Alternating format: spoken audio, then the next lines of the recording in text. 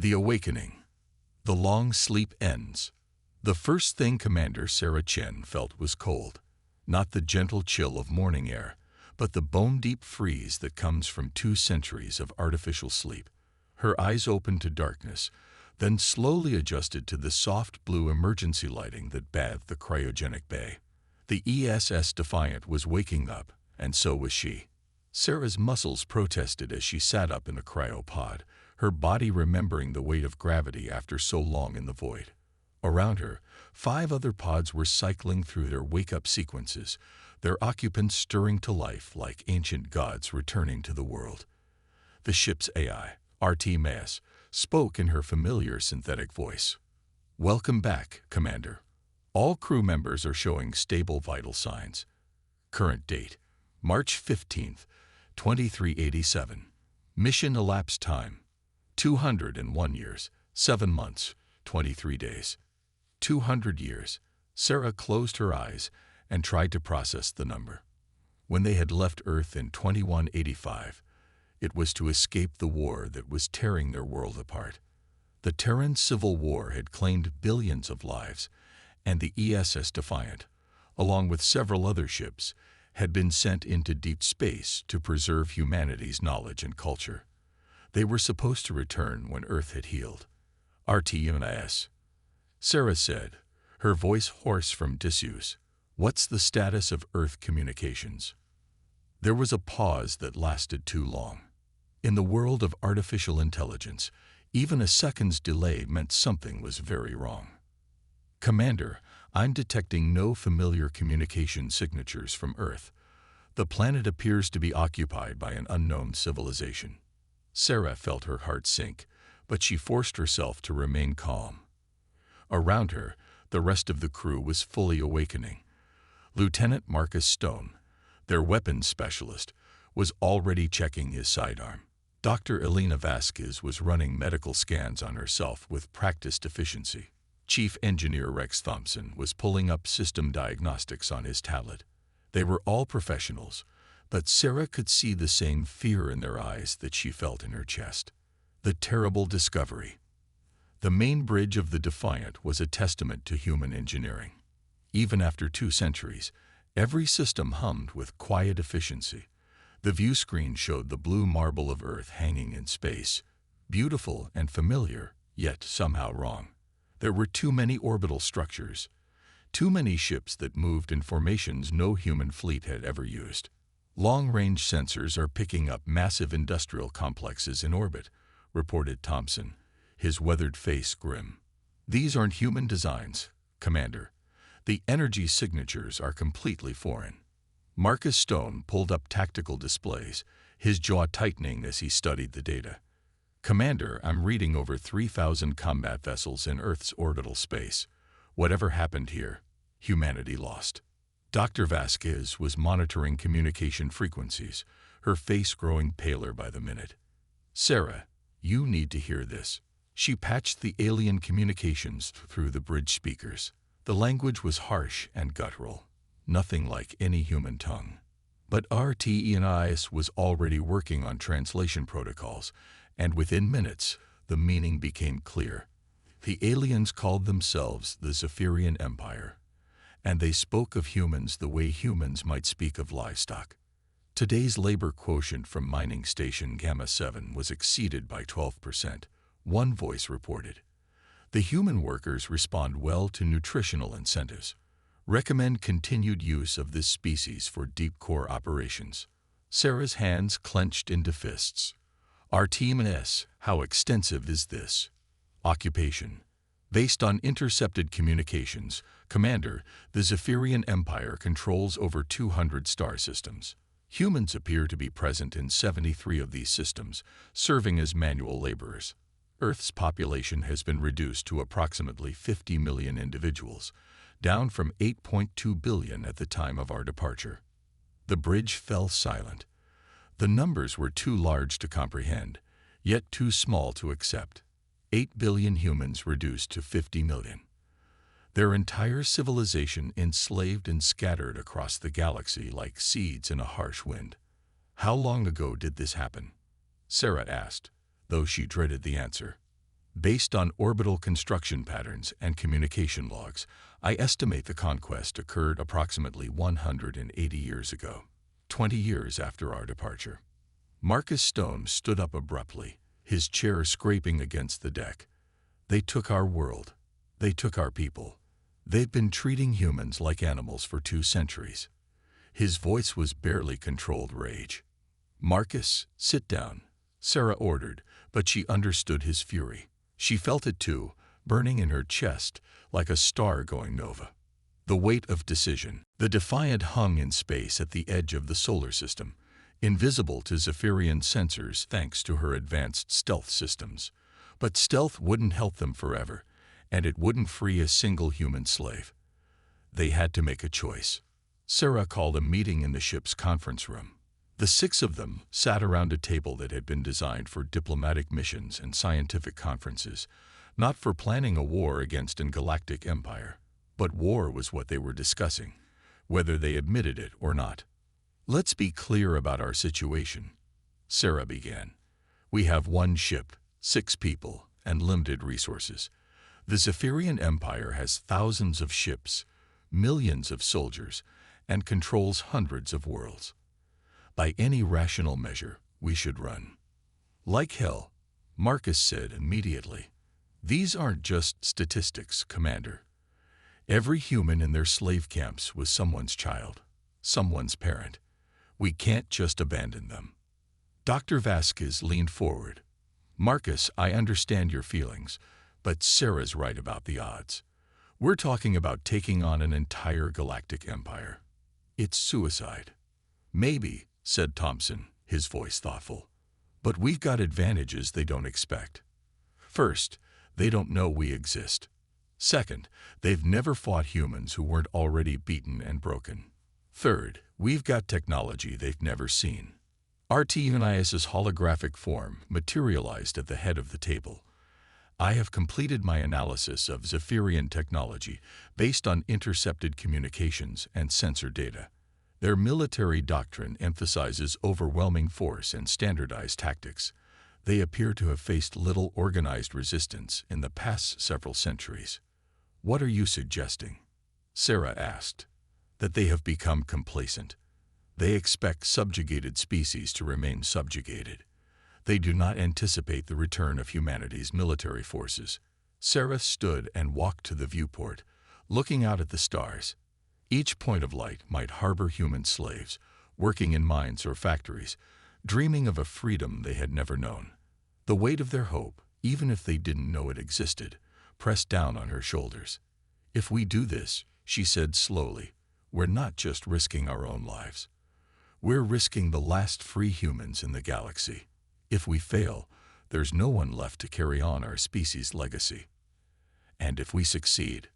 Marcus asked. Sarah turned back to face her crew. If we succeed, we start the war that will either free humanity or end it forever. The first move. They spent 3 days planning. Not the war itself. That would take years. But the first move.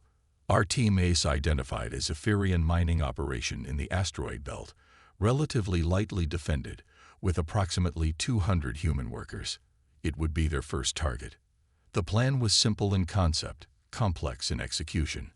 They would infiltrate the facility, free the humans, and gather intelligence about Zephyrian operations.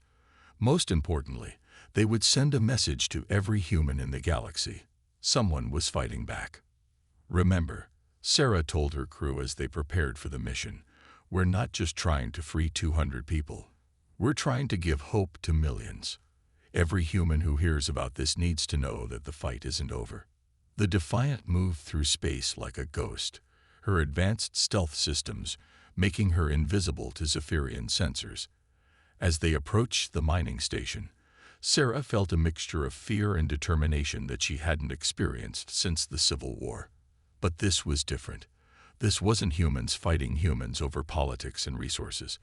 This was about the survival of their entire species. Commander, Thompson reported, I'm reading the station's defenses. 2 escort frigates, orbital defense platforms, and what looks like a garrison of about 50 Zephyrian soldiers. And the humans? Sarah asked. Dr. Vasquez checked her scanners. Concentrated in the lower levels of the station. Life signs are weak but stable. They're alive, Sarah. Marcus was already in his combat gear, checking his weapons one final time. When do we go in? Sarah looked at her crew. These 5 people who had chosen to wake up to a nightmare and fight anyway. They were about to take on an empire with nothing but determination and the hope that humanity's spirit hadn't been completely broken. We go in at 400 hours, she said. Time to remind the galaxy what humans are capable of when we fight for our freedom. The ESS Defiant adjusted course toward the mining station, carrying with it the hopes of a species that had been written off as extinct. But humanity had always been at its most dangerous when it had nothing left to lose and everything to fight for. As they approached their target, Sarah Chen stood on the bridge and made a promise to every human slave in the galaxy, whether they could hear her or not. We're coming for you, all of you, and we're not stopping until every last one of you is free. The war for humanity's liberation was about to begin, and it would start with 6 people and 1 ship against the darkness of space. But sometimes that's all it takes to light a fire that will burn across the galaxy. The first strike. Silent approach. The ESS Defiant moved through the asteroid field like a predator stalking its prey. The mining station, designated Omega-7 by the Zephyrians, hung suspended between 2 massive asteroids, its industrial arms reaching deep into the rock to extract precious minerals. Sarah Chen watched the tactical display as they approached, noting the patrol patterns of the escort frigates and the placement of the defense platforms. Distance to target, 2,000 kilometers in closing, reported Thompson from the engineering station. Stealth field is holding steady. They have no idea we're here. The plan they had developed was necessarily complex.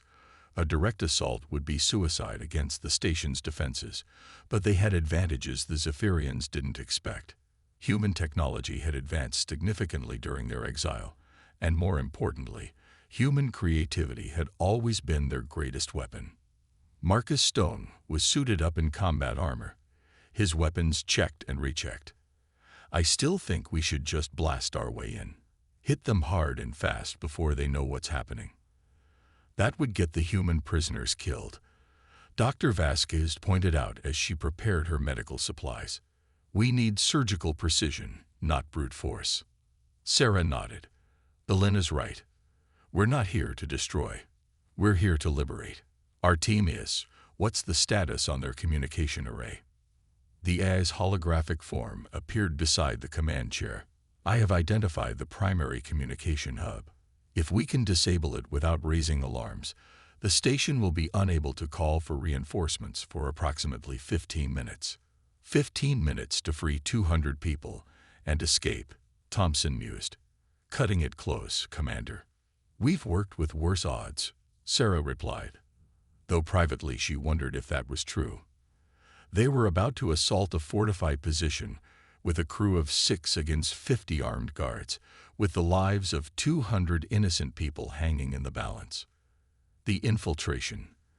The first phase went flawlessly. Using the Defiant's advanced sensors, they had mapped every meter of the station's structure. Thompson had identified a maintenance shaft that led directly to the communication center, while ARTEMIS had hacked into the station's work rotation schedules to know exactly where every guard would be. Sarah and Marcus moved through the station's corridors like ghosts, their advanced suits masking their heat signatures and dampening sound. The Zephyrian guards were tall, reptilian creatures with scaled skin and large eyes adapted for low-light conditions. They moved with the casual confidence of an occupying force that had never faced real resistance. First guard post ahead, Marcus whispered through their comm system. 2 guards, both armed with energy weapons. Sarah had studied the intelligence they had gathered. Zephyrian tactics relied heavily on overwhelming firepower and standardized responses. They were excellent at crushing open rebellion, but unprepared for stealth operations. Human military doctrine, developed through centuries of warfare, emphasized adaptability and unconventional tactics. The takedown was swift and silent. Sarah approached from one angle while Marcus flanked from the other. The Zephyrian guards never knew what hit them. Within seconds, they were unconscious and restrained, their weapons confiscated. "Communication center is just ahead," Sarah reported to the Defiant. "Thompson, are you ready with the virus?" "Standing by, Commander. Once you plug me into their system, I'll have their communications down in 30 seconds. They reached the communications center without further incident. The door was sealed with a simple electronic lock that ARTEMIS hacked in moments. Inside, banks of alien technology hummed with activity, processing communications from across the Zephyrian Empire. Sarah plugged Thompson's specially designed virus into the main console and watched as green lights began turning red across the control panel. "Communications are down," Thompson reported from the Defiant. "You've got your 15 minutes, starting now." The liberation. The human prisoners were kept in the deepest levels of the station, in conditions that made Sarah's blood boil. The holding areas were cramped, poorly ventilated, and filled with the stench of too many people living in too small a space. But when Sarah and Marcus appeared in their midst, the effect was electric. "Who are you?" asked an older man who seemed to be some sort of leader among the prisoners. His clothes were tattered, his face gaunt from poor nutrition, but his eyes still held intelligence and hope. "We're here to get you out," Sarah said simply. "My name is Commander Sarah Chen, Earth Defense Force. We're taking you home." The reaction was immediate and overwhelming. Some people began crying. Others started asking a dozen questions at once. A few looked suspicious, as if this might be some kind of cruel trick. Sarah understood their confusion. They had been slaves for generations, many of them born in captivity. The idea of rescue seemed impossible. "Listen to me," Sarah said, raising her voice to address the entire group. "I know this is hard to believe, but we're human, like you. We've been in exile for 200 years, and we've come back to free our people, all of our people. But right now, we need to move fast." Marcus was already working on the cell doors, using Thompson's hacking tools to override the electronic locks. "Commander, we've got maybe 10 minutes before they notice their communications are down." The older man stepped forward. "My name is David Park. I speak for this group. If you're really here to help us, then we'll follow you. But you need to know, there are children here, elderly people. We can't all move quickly." Sarah felt her heart clench. She had expected adult workers, people who could run and fight if necessary. Children complicated everything. But they were all human, and she wasn't leaving anyone behind. "We'll manage," she said. "RTMIS, prepare the cargo bay for emergency medical treatment. Dr. Vasquez, get ready for malnutrition and possible injuries." "Already prepared, Commander," came Vasquez's voice over the comm. "Bring them home." The fighting retreat. They almost made it clean. The prisoners moved as quickly as they could through the station's corridors, guided by RTMIS's real-time mapping of guard positions.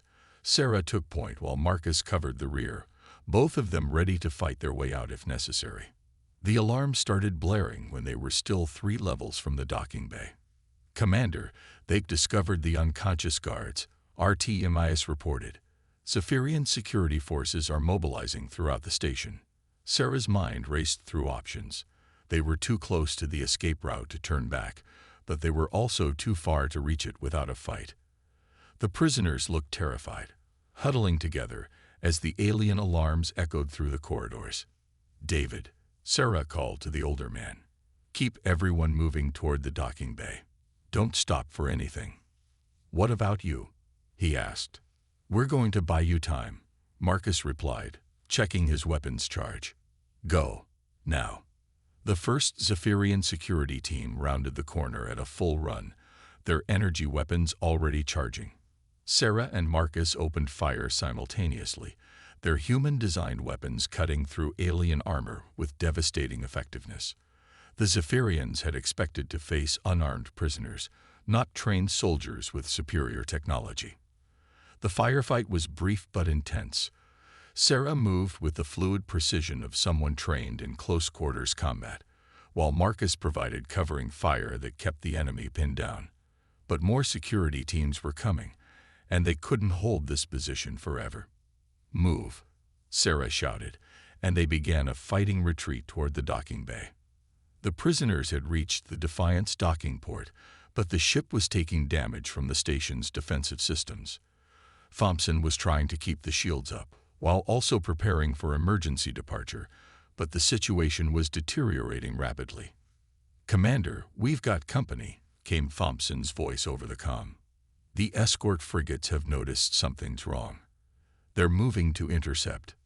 Sarah reached the docking bay just as the last of the prisoners boarded the Defiant. Marcus was right behind her, still firing at pursuing Zephyrian guards. As soon as they were aboard, Thompson began emergency departure procedures. "All hands, prepare for immediate departure," Sarah announced over the ship's intercom. "This is going to be rough." Space battle.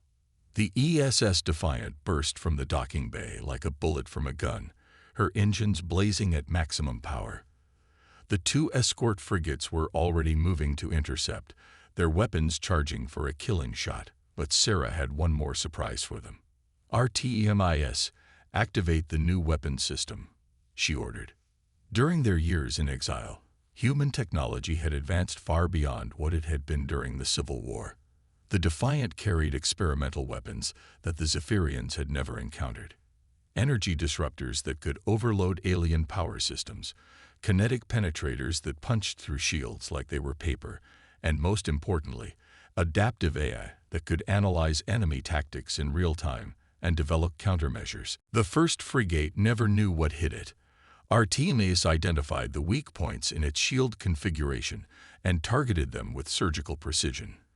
The ship didn't explode, it simply went dark, all power systems failing simultaneously as the energy disruptors did their work. The second frigate tried to adapt, changing its attack pattern and increasing shield power. But human tactical doctrine emphasized flexibility, and Sarah had trained for scenarios exactly like this. The Defiant danced around the larger ship's weapons fire, too fast and agile for the enemy's targeting systems. "Marcus, take weapons," Sarah ordered. "Show them what human engineering can do." The kinetic penetrator fired once. A solid slug accelerated to a significant fraction of light speed. It punched through the frigate's shields, through its armor, and through its power core. The explosion lit up the asteroid field, and the Defiant was already gone, jumping to hyperspace with 200 freed humans aboard. Seeds of revolution. In the days that followed, the freed prisoners slowly began to believe that their rescue was real. Dr. Vasquez worked tirelessly to treat malnutrition and various injuries, while Sarah interviewed each person to learn more about the Zephyrian Empire and the condition of humanity throughout the galaxy. What she learned was both heartbreaking and inspiring. The Zephyrians had scattered humanity across dozens of worlds, using them as manual labor for dangerous jobs. But humans had not simply accepted their fate. In mines and factories across the Empire, there were whispered networks of resistance, people who remembered stories of Earth and dreamed of freedom. "There's a man named Jacob Reeves on Kepler 442 bits," David Park told her during one of their conversations. "He runs an underground network that helps humans survive in the processing plants. If you could reach him, he might be able to coordinate with other resistance cells." Sarah filed away every name, every location, every piece of intelligence. The rescue of 200 people was just the beginning. Across the galaxy, millions of humans were waiting for someone to light the spark of rebellion. The message they broadcast before jumping to hyperspace was simple but powerful. "This is Commander Sarah Chen of the Earth Defense Force. To every human in the galaxy, we have not forgotten you. We have not abandoned you. The war for our freedom has begun." Within days, that message was being whispered in slave camps across the Zephyrian Empire. Hope, it seemed, was as contagious as fear, and for the first time in 2 centuries, humans throughout the galaxy began to believe that they might see freedom again. The ESS Defiant continued on its course, through hyperspace, carrying its precious cargo of freed humans and the even more precious cargo of renewed hope. Behind them, the Zephyrian Empire was beginning to stir, like a giant awakening to find a tiny but determined enemy nipping at its heels. The war for humanity's liberation had begun with 6 people and 1 ship, but already it was growing. In slave camps and resistance cells across the galaxy, humans were beginning to remember what they were capable of when they fought together for their freedom. Sarah Chen stood on the bridge of her ship, looking out at the stars, and made a promise that would echo across the galaxy. "We're coming for all of you, every last one, and we won't stop until every human in the galaxy is free." The galaxy was about to learn that humanity, written off as extinct, was very much alive, and they were furious.